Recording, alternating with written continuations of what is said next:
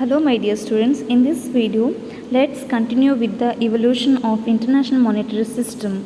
In last video we studied the first two stages, that is the bimetallism and classical gold standard. In this video we let's start with the interwar period.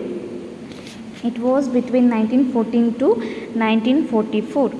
After the end of the First World War, the countries on the gold standard during pre-war years came back to it. That means after the First World War, again countries adopted the gold standard as a monetary system. Most major countries gave priority to the stabilization of domestic economies. The USA adopted it in gold standard again in 1919, the UK in 1925, France in 1926, and Switzerland in 1928, and all other European countries followed this gold standard after the First World War. Here the main aim is to stabilization of domestic economies. Following the systematically follow the policy of sterilization of gold by matching inflows and outflows of gold respectively with the reductions and increase in domestic money and credit. So main aim is to stabilizing the economies.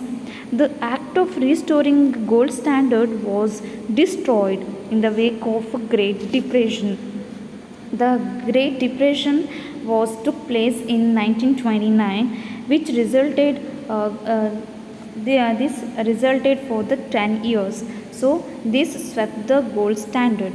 The depression originated in the USA, starting with the stock market crash of October 1929, known as the Black Tuesday, but quickly spread to almost every country in the world.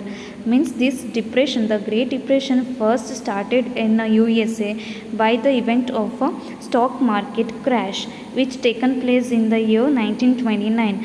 That situation is called as, that incident is called as the Black Tuesday. After the USA, this Great Depression was spread to all the countries in the world, all the countries of the world. Britain experienced massive outflow of gold, which resulted from closing BOP and lack of confidence in pound sterling. It was impossible to maintain gold standard. In September 1931, the British government suspended gold standard and let the pound to float.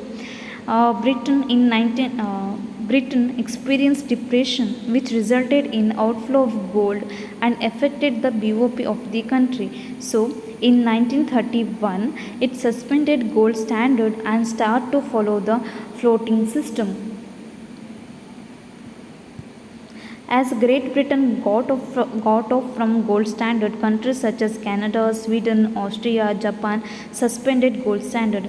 After the Britain, these countries like Canada, Sweden, Austria and Japan suspended the gold standard. The USA got off gold in April 1933 after experienced bank failures and outflow of gold. Then USA in 1933 suspended the gold standard because of the continuous bank failures and the outflow of gold. Lastly, France gave up the gold standard in the year 1936, and at the last, in the interwar period, the France gave up the gold standard. After that, paper standards came into existence when the gold standard was suspended. After the suspension of the gold standard, paper currency was used as an international monetary system. So this is about interwar period, means after the war what happens, what system was adopted is they tried to have a gold standard, but due to the Great Depression, gold standard was suspended and paper standard was used as a international monetary system. The next system is a Bretton Woods system.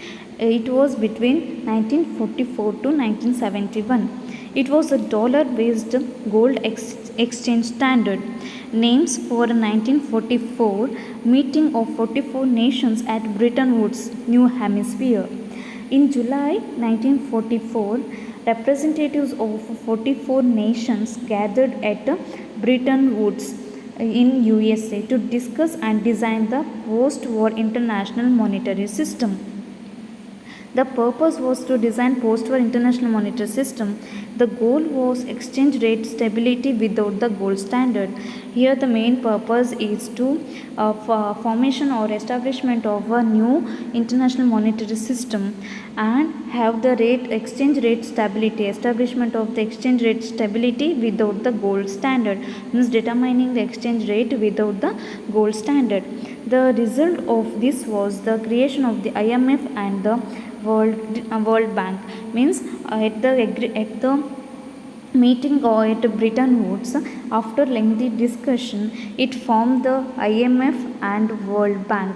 IMF was established to set rules regarding the conduct of international monetary policies and responsible for enforcing these rules and to monitor exchange rates.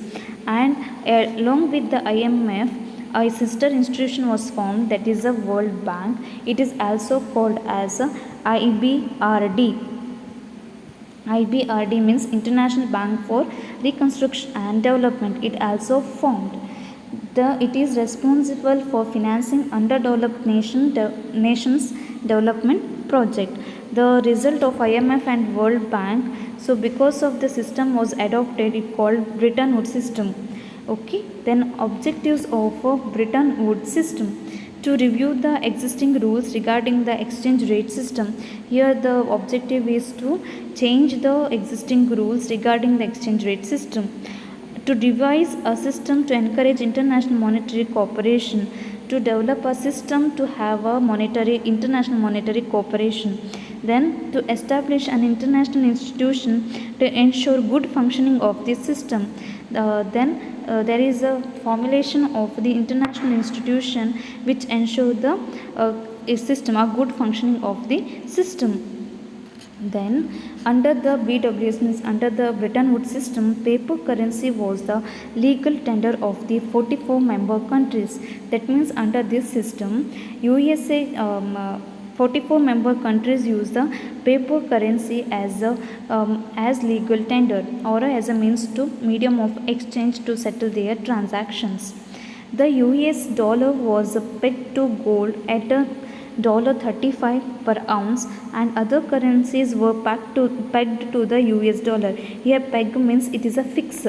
The dollar was fixed to gold, and the other currencies were pegged to the US dollar, means other currencies were fixed to the US dollar.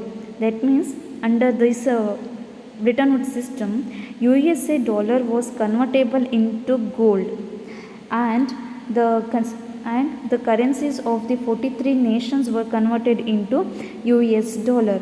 So therefore the Central Bank of USA Federal Reserve maintained the gold reserve. Each country was responsible for maintaining its exchange rate within plus or minus 1% of the adopted par value by buying or selling foreign reserves as necessary. That means here you have to consider one word, that is a par value. Par value means the value of the each currency against US dollar was to be determined by each country. Such a value is called as par value. Means the value of the currency is determined on the basis of US dollar. That value is called as a par value.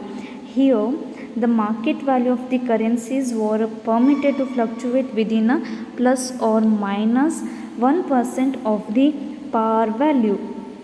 The upper limit and the lower limit of the fluctuations were called as support coin.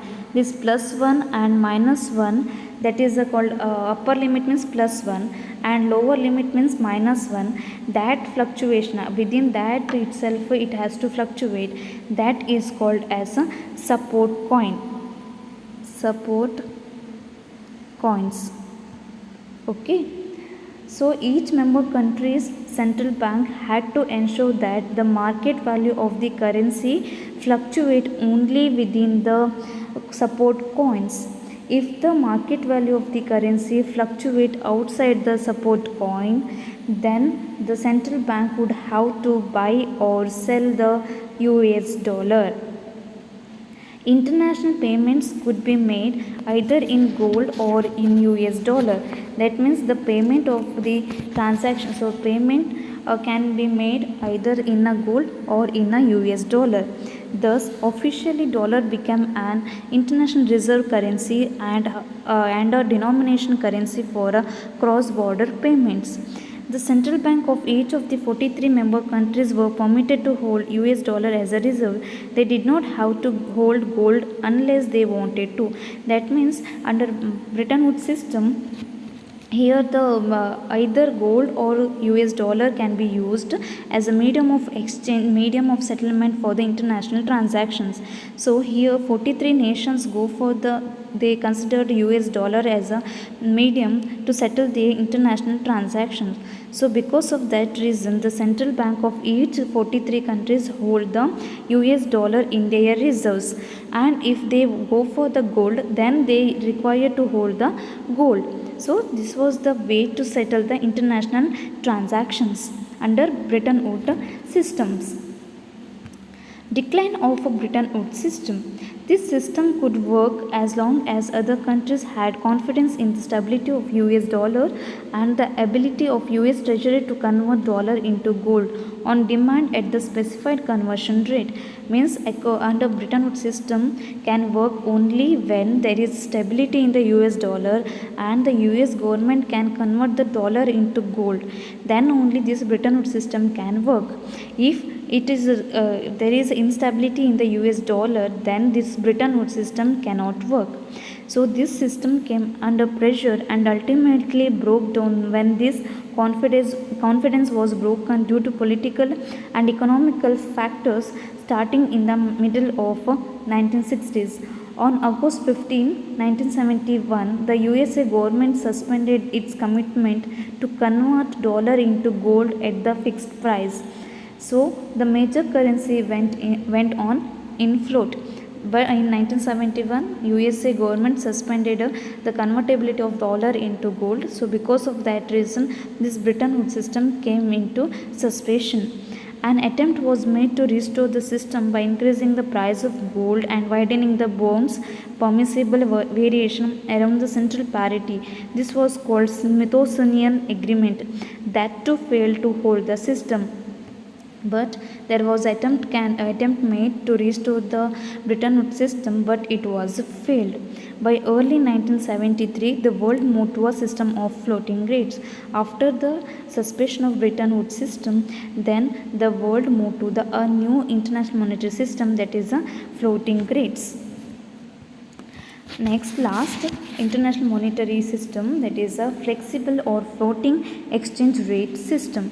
It is also called as Smithsonian Agreement because here this agreement was taken at place of Smithsonian Institution situated in Washington, and it was agreement among the group of 10 who met in December 1971 at the Smithsonian Institution. So because of that reason, this flexible exchange rate system also called as Smithsonian Agreement.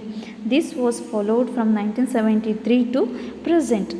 From March 1973 onwards, the exchange rates of major currencies in the world were determined by the supply and demand for each of them. This is called flexible exchange rate regime. That means the exchange rate of the currency is determined on the basis of the supply and demand of the currencies. That means under the flexible exchange rate system, exchange rates began to fluctuate against each other. The value of country's currency was determined on the basis of the functions of demand and supply in forex market. Demand means what? The demand for foreign exchange is arise due to imports, FDI outflows, portfolio investment outflows. Then demand arises. Supply of the currency arises from export, FDI inflows and overseas portfolio investment inflows. So because of these transactions, supply and demand of the currencies taken place. So here the value of the currencies are determined on the basis of supply and demand. Then such a system is called as a flexible or exchange rate system. It was given officially sanction in January 1976 by IMF member countries. That means in 1976 IMF member countries adopted a flexible exchange rate system. Let's see the meaning. A flexible exchange rate is a regime where the currency price is set by the foreign exchange market based on supply and demand compared with the other currencies. That means it is a system on the basis of supply and demand. The currencies of the country is determined and compared with the other currencies. That is a flexible exchange rate system. Features of flexible exchange rate system. The IMF accepted the floating exchange rate system. IMF adopted the flexible exchange rate system as international monetary system or medium of exchange. The central bank of each member country was permitted to take part in the foreign exchange market to prevent unnecessary volatility in its currency. The central bank took part in the foreign exchange market to stabilize the currency's value. Gold was no longer accepted as a reserve asset by the IMF. That means here the gold was not as a form of reserve, means not accepted as a reserve by the IMF. In this system, central bank buy or sell their local currencies to adjust their exchange rate. This can be aimed at stabilizing a volatile market or achieving a major change in the exchange rate. That means here under flexible exchange rate system, central bank they buy and sell the currencies in order to stabilize the exchange rate of the currencies and determine the exchange rate on the basis of the other currencies. So this is about the flexible exchange rate system, and we studied the different stages of the evolution of international monetary system. If you have any doubts related to the evolution of international monetary system, please clarify it. Thank you.